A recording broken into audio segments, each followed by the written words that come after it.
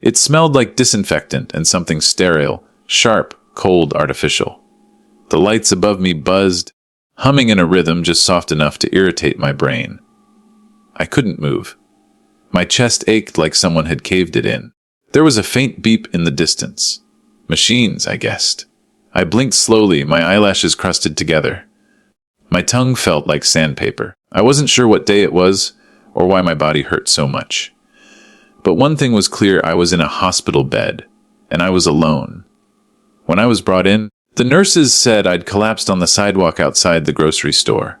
Heart failure, or close enough to it.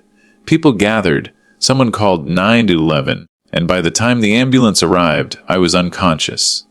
The EMTs found my ID in my purse and passed my emergency contact along to the hospital. My daughter, Miranda, they called her. 3 times.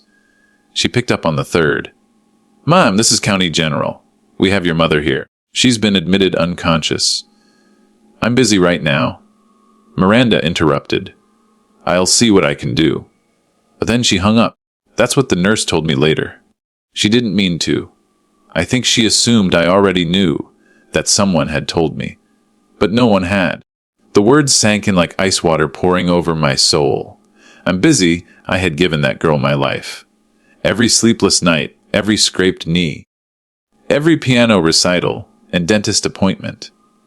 I fed her, clothed her, worked 2 jobs to make sure she never had to feel the kind of hunger I'd grown up with. And when she grew up, when she became the shining lawyer with the polished smile and perfect heels, I thought maybe, just maybe, all of that had meant something. But in the moment I needed her most, my daughter, my only daughter, said I'm busy. Her name, Miranda, used to be the most beautiful word in the world to me. Now it scraped against my ears like broken glass. I laid there in that hospital bed for 3 days. Alone, no flowers, no cards, no visits. Nurses came and went with polite smiles. An older orderly, Janice, snuck me extra pudding cups and called me on. And one young intern, bless his heart, stopped in just to talk because he said I looked like his grandmother. But not Miranda. And that's when something inside me broke, or maybe woke up. I didn't scream. I didn't cry. No. My revenge was going to be silent. To understand the rest, you need to know who I am, or who I was. My name is Helen Marie Saunders. I'm 68 years old. I was born in a trailer park outside of Nashville, raised by a father who drank and a mother who left when I was 7. I've been poor, humiliated, and knocked down more times than I can count. But I never gave up.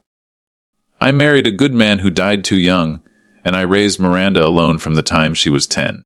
I scrubbed motel floors, worked checkout lines, took care of old ladies and rich people's kids. I put her through college with nothing but elbow grease and God's grace. Miranda was always smart, ambitious, driven. But she was never warm. Never the type to kiss your cheek without prompting or call just to hear your voice. I blamed it on stress, on youth, on finding herself. I made excuses. But what I failed to see was that Miranda didn't just grow distant, she built walls. Walls so high, not even her own mother could see in. Now here's the thing, when I got out of the hospital, I didn't tell her.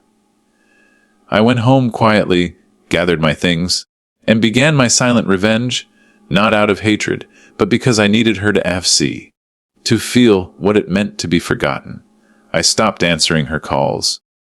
Not that she called often, but when she did, I let them go to voicemail. I took my name off her emergency contact form at the hospital. I took down the photos of her in my home. I didn't write her at Christmas. I didn't send a birthday card. Weeks passed, then months. At first, she didn't notice. Then one day, she showed up. It was a cold January morning. I'd been feeding the birds in my backyard when I heard a knock. I opened the door to see Miranda. Her face pale, her eyes rimmed red from the cold or maybe something else. "Mom," she said softly. I didn't say anything. I stepped aside and let her in. The silence was heavy. I went to the hospital, she said, her voice unsure. "They told me you'd been discharged months ago. Why didn't you call me?" I met her gaze, and for the first time in my life, I let her sit in her own discomfort. "You were busy," I said. Her lips parted. She looked like I'd struck her. I didn't think. No, I interrupted. You didn't. She sank into the old armchair, the one she used to curl up in as a child, and suddenly she looked so small. I made a mistake, she whispered. I thought I had more time. I thought you'd always be there. I sat across from her, the space between us crowded with unspoken memories. You know, Miranda, I said slowly, when you were 6, you had a fever that wouldn't break. I stayed up for 3 nights straight, holding a cool cloth to your forehead, praying to a god I didn't even believe in. I was tired. So tired. But I never once said I was too busy. Her eyes welled up, but I didn't stop. When your first boyfriend broke your heart, you cried in my arms for 2 hours. When you graduated law school, I was the one cheering loudest in the back row. When your father died, I buried my grief so I could hold yours.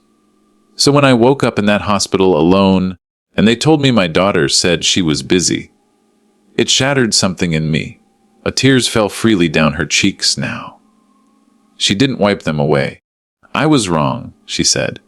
I see that now. I nodded. I know. There was a long silence. Then she asked, Do you hate me? I shook my head. No, but I needed you to feel it. Just for a moment, what it's like to be forgotten. She reached out across the space between us and took my hand. I'm here now, she said. If you'll let me be. I looked at her hand, worn down by office work and years of pushing people away, and slowly, I took it. From that day on, Miranda changed, not all at once, not in grand gestures, but in small, deliberate actions.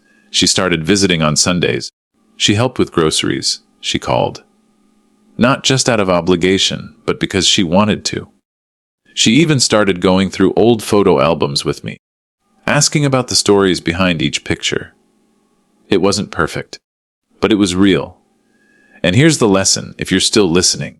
Sometimes the loudest revenge is silence, not out of cruelty, but out of necessity. Because some people can only understand absence, only feel love when they've tasted its loss. My daughter said she was busy, but now she makes time. And that, in the end, is enough.